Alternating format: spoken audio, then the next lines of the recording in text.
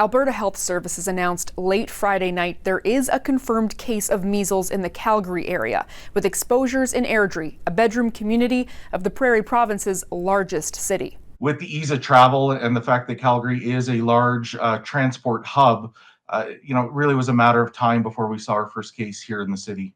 For herd immunity to measles, Dr. Craig Jenny says vaccination rates need to be around 95%. Health Canada's latest numbers suggest the national rate is about 87%.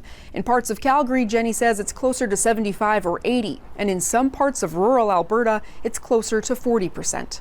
National vaccination rates have declined, especially after COVID, due to vaccine hesitancy, a backlog of early childhood vaccine programs that were derailed to address COVID, and vaccine fatigue. Sadly, the viruses don't care if we're tired or angry or frustrated.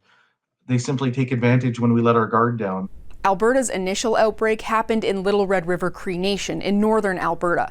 6 people there are now recovering, but there is one potential case from another household. Schools are closed for 1 week so parents can bring their families to vaccination clinics.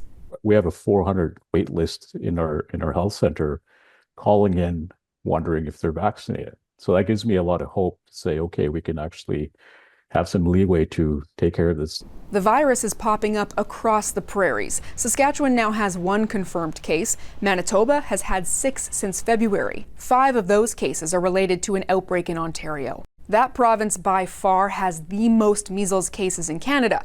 It's also the province wrapping up its March break right now. Measles is really one plane ride away, and all it takes is for us to go to some places elsewhere in the world, and we can bring measles back pretty easily. And the reality is that we're seeing a lot more measles in general, even within Canada. Both experts suggest Canadians should check to see if they've had measles or are fully immunized. If so, you have maximum immunity. If not, they suggest getting in touch with your healthcare provider.